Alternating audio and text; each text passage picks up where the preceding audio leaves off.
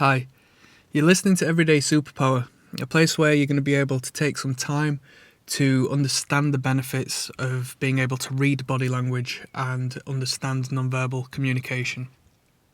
You're going to be able to identify who's really your friend and who's not, who's lying to you and who's attracted to you, and so on and so forth, as well as being able to communicate more efficiently with the people around you. If you enjoy what we talk about, please click subscribe. Today's going to be a interesting one, something which is easy to spot and something which applies to the majority of behaviours realistically in regards to people communicating. We're going to be talking about body angles and the angle of the body when speaking to someone, okay?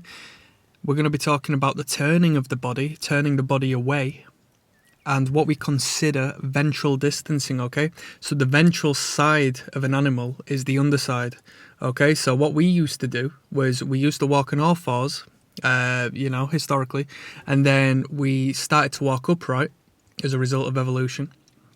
And in doing so, we now have our chest and our torso on show to the world, okay? Which is a very sensitive area as it houses our internal organs. So this is a very important topic to speak on. There should be a fair bit to speak about, but I'll try to make it relatively brief, okay?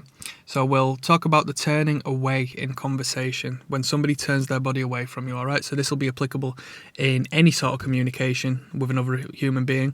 It'll work in your dating, in your work life, family and friends, making friends, and so on and so forth. So the turning away or towards the body and shoulders in response to a stimuli.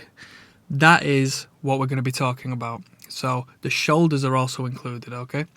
So we turn towards people and things we agree with, right? And we turn away from that which we don't, which is a classic attraction and repulsion. Okay? Very symbolic of attraction and repulsion. To re-clarify, just to sum it up, we turn towards people and things we agree with and away from those which we don't, much like the feet pointing towards that which we are attracted to and away from that which we don't. We walk away from what we don't like and walk towards that which we do. Okay? It's pleasure and pain, the pleasure and pain principle. Right, so let's jump straight into a little bit of a mental picture. As always, it seems as if people are primarily interested in the courtship and the attraction and the dating aspects of body language regarding the videos I've put up so far. So we'll jump into a dating scenario. Let's say, for example, let's say you're not on a date, but there is a girl in a group you are interested in, and you're standing together at a music event, okay? All facing inwards in the circle. Now, what you could do, right, is pay attention to where the bodies are facing. So first and foremost, let me let you know that the feet are going to be the most honest in this particular circumstance. So you look at the feet and where the feet are pointing, but that could be accentuated with a turn of the body. So a woman or a man could be speaking to an individual, yet their shoulders and their body are a little bit turned to you, bringing you into it, okay? Rather than the opposite way around, which would be them turning their back to you. And if you've heard the term the cold shoulder, it's symbolic of that. They're showing you their back, okay? They're turning away from you, which isn't a good thing. Now, don't get me wrong, they may be involved in the conversation, so it doesn't mean everything. You have to take your ego out of it and think, oh, it's all about me.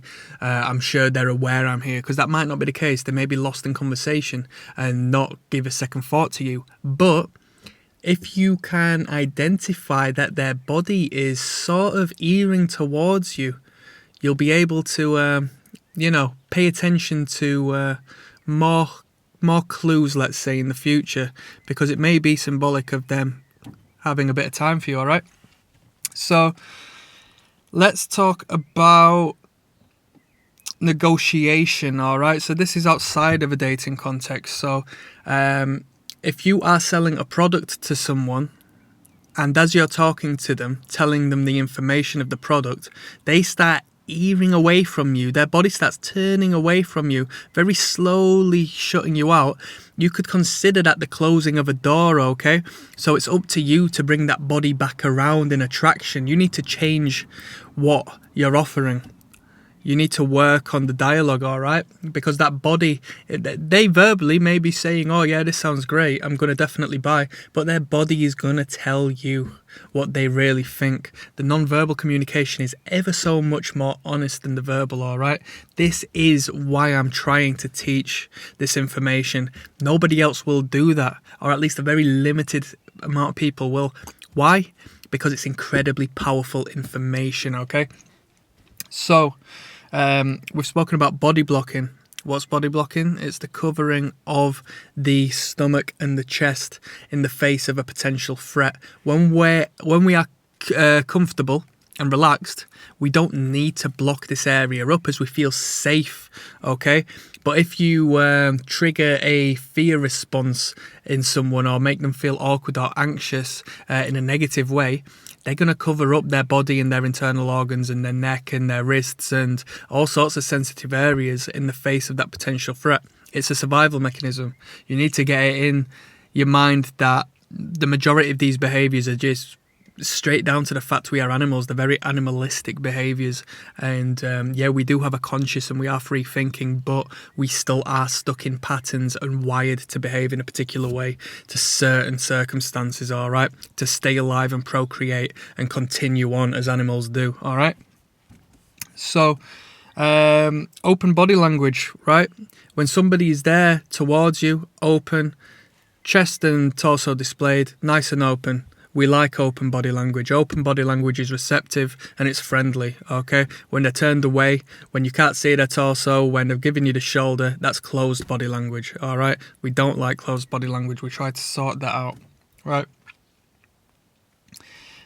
Just a last little note. It's a little side note, but I'll throw it in as well because it's quite interesting. We'll talk about the buttons on clothes, all right, or the zips on clothes. When we talk about the ventral distancing and the distancing of the stomach and the chest area, the torso, when we talk about that, we talk about the exposure and the disclosure of that particular area. So what people can do as well is button up clothes and zip up clothes and stuff such as a jacket and so on and so forth to cover themselves up and conceal that area, all right? Whereas the buttoning down and the zipping down shows more ease and more open access to an individual, okay? A more receptive state. So this is a side note, but I would like you to take it serious. If you are trying to make friends or going in an environment where you can do so, undo a couple of buttons, undo the zip of your jacket, exposing the underside, as people will subconsciously see you as defensive and, a walking human fortress if you had to cover yourself up to such a degree, okay? It becomes tougher and tougher to communicate given that someone looks as if they aren't receptive or defensive, and the clothing actually does that, all right? It actually works in that manner, so pay attention to that. Anyway, basically, to sum it up, we've talked about the angles of a body today, all right? I haven't gone into so much detail that we've spoken about every single circumstance, as two men standing directly opposite one another could be deemed as territorial and aggressive, okay? So there are other aspects to these things, but in a dating aspect or in a friendship aspect, you would rather that body be angled towards you than away from you, okay, as it shows that they're letting you in and bringing you in. If you think of 3 people in a group and 2 people are looking directly at each other, okay, in this group, feet pointing towards each other, chest and torso pointing towards each other, they are not allowing that third person in. Whereas if they had their body angled towards the center and created a triangle at an invisible focal point in the middle, rather so than looking directly at one another, then everybody gets to be in the communication and the conversation, all right, rather than one individual being shut out. So the angle of the body is ever so important and is ever so telling, okay, if somebody wants to shut you out or bring you in or wants to pursue you and so on and so forth. You've been listening to Everyday Superpower. I hope this has been of benefit. Please click subscribe. Thank you.